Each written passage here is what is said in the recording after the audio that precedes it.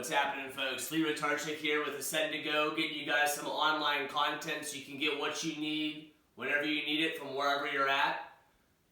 On this installment, I'm bringing you a tutorial on crow pose. Crow pose is an asana that myself and a lot of other yoga teachers get asked about fairly often. It's definitely a challenging yoga shape. It requires a lot of strength and stability in the body, but at the same time, it's very accessible. I think it's an empowering shape. It's a great way to start to build confidence in your body's capabilities. It's a nice entry point into arm balances and perhaps eventually inversions if those are things that you're curious about. As I mentioned, it requires a lot of strength, but it's also a great pose to strengthen your body. You can build a lot of wrist strength, shoulder strength, core stability. It's a great way to build strength in the lower back and alleviate lower back pain. Nice way to open up and increase mobility through the groin.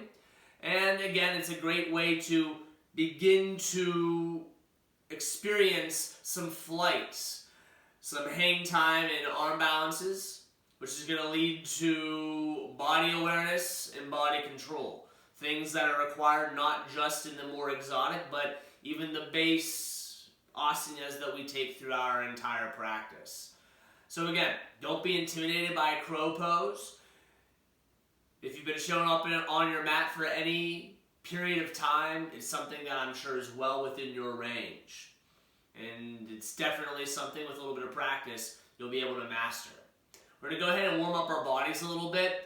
I think regardless of whether you're doing crow within a class or just trying to maybe play around with crow isolated on your own, it's important to warm up the body a little bit. So we'll start in child's pose. And we're not going to spend a whole lot of time here. This isn't like a beginning of a yoga class, like an integration, but we do want to get the body and mind in alignment. And you'll notice, child's pose is a good spot to start. It's immediately an opportunity to open up the hips and groin, so adjust the width of your knees as necessary.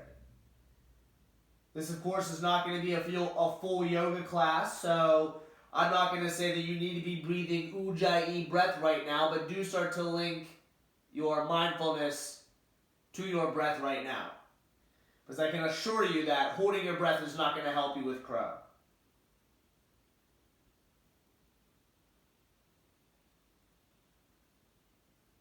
And a lot of the shapes that I'm going to take you through in the next few moments are going to be perfect warm-ups to get the body prepped. So you don't have to take all these shapes. Any combination of them could be exactly what you need.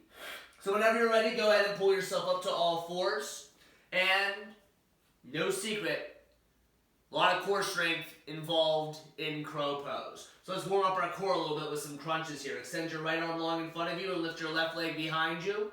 With an inhale, extend. Exhale, draw in elbow to knee. Again, inhale, lengthen. Exhale, bring in, elbow to knee. Again, inhale, lengthen. Exhale, draw in, and then return to all fours. Now you can take any number of those core crunches. A great way to start to warm up the core and strengthen the core. We'll do 3 on the other side, but again, if you're trying this in your own time, you can take as many as you need. Inhale, extend. Exhale, draw in. Inhale, lengthen. Exhale, elbow to knee. And again, one more here. Inhale. Exhale. Return to all fours, and let's find some mobility through the spine. Let's take some cow-cats. Inhale, lift your gaze and tailbone. Paying a lot of attention. Exhale, round the back, find cat. So inhale, coming to cow. And again, I mentioned, as you exhale, really pay attention to cat. It's that spinal rounding that occurs in crow pose. Take another couple rounds of these movements here. Really, again, paying attention to how the spine behaves as you round into cat. Recognizing that's a very similar shape to what we're going to find when we take crow. And then find downward facing dog. And all of these movements I'm taking you through here now are good to strengthen and prepare the body for a crow pose. So even if you think that crow is a little inaccessible to you, doing these shapes will begin to prep you. One thing that we want to be particularly mindful of in our downward facing dog here is our foundation. Fingers spread super wide, so you're not just pressing straight down into the wrist. Lots of times people have wrist grumpiness when they try to take crow pose. It's probably because that you're not meeting the mat properly. You're dumping all of your weight directly into your wrist. You're not pressing straight down.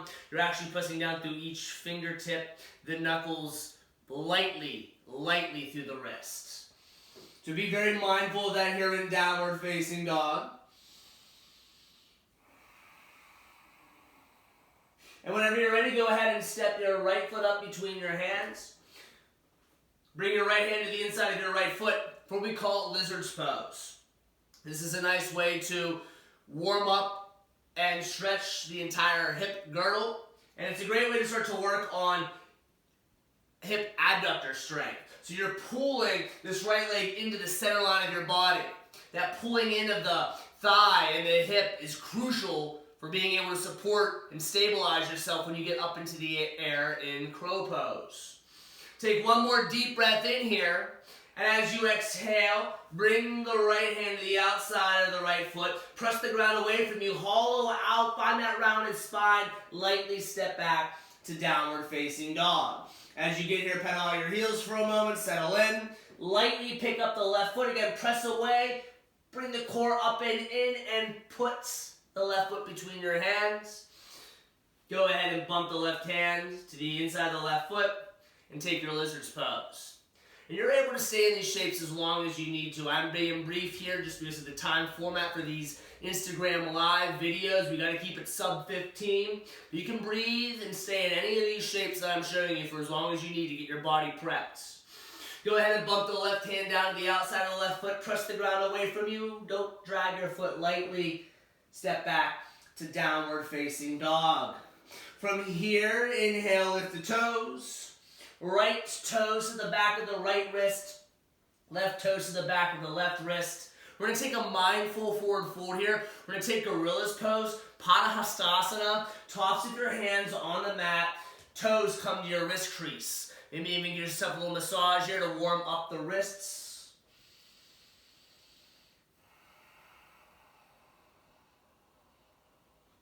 Go ahead and softly and mindfully remove your wrists from underneath your feet and drop down into a deep Buddha squat, Malasana. Opening up the groin, just a few more moments before we start to get into a little bit of crow pose.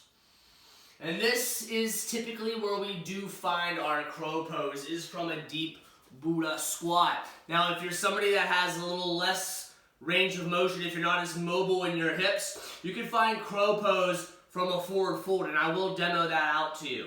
We're going to go ahead and work on crow pose now, and I'm going to show you just how to take crow pose with no props, and then I will give you some ways to work on it. So, from here, one hand on the mat, two hands on the mat, tailbone lifts.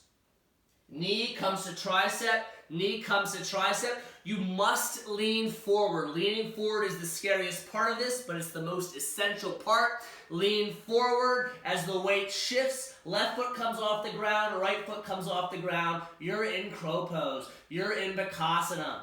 Again, there's a lot of counterbalance going on here. Upper body is forward, lower body, your legs up off the ground. You can work on Warrior 3, balancing half moon. Poses like that up on your legs will make you become a little bit more attuned and familiar with that sensation of counterbalancing. So I'm going to go ahead and show you how to take this pose with blocks, with some props, to make it a little bit more accessible. I've been taking this pose for about a decade now. I can make it a little bit look easier said than done. So, ways to build confidence. And again, a lot of arm balancing work is confidence based. You can put a block underneath your head. This is going to shorten the distance to the ground.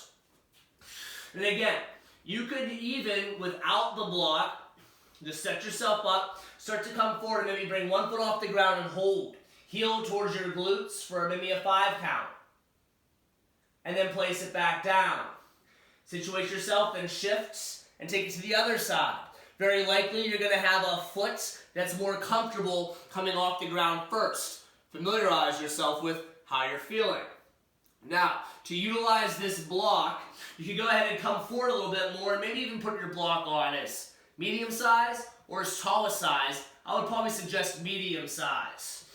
Go ahead and put your forehead on the block and then take 1 foot off the ground. You can do that same drill, or maybe 2 feet off the ground.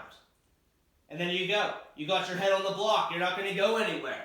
That's a way to build confidence and get used to having some hang time in the shape. Now, one thing I do want to mention though, once you get used to being up in crow pose, we want to be mindful of our gaze, our drishti. Now, when your head's on the block, you're going to be looking down a little bit more. When you actually get up into the shape, you're going to be looking down, but slightly forward. So you're not looking back, you're looking slightly forward. So keep that in mind. If you have 2 blocks, you could utilize 2 blocks. One to put your head on the block as you were before, and a second one to give yourself a little perch, to get you off the ground a little bit more, and again, give you a little bit of extra confidence to access the full shape. I'm going to ditch this block here, but I'm going to show you what's going on. So you bring your feet, and look, my feet being on this block basically puts my knees right where they need to be, high up on my tricep. Very accessible. It kind of takes some of the work, some of the distance your body needs to travel out of the equation.